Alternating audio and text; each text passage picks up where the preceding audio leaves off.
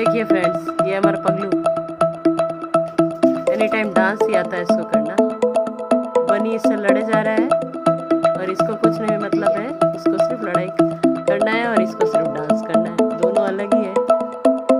ये लड़ाई के मोमेंट में भी डांस करता रहता है। देखिए इसको कितना डांस हो रहा है इसका, कितने मस्त डांस कर रहा है ये।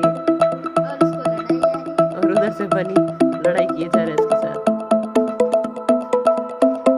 ये उसको इग्नोर करता रहता है और अपना डांस करता रहता है। डर भी लगती है इसको बनी से, पर फिर बनी के पास ही जाता रहता है ये।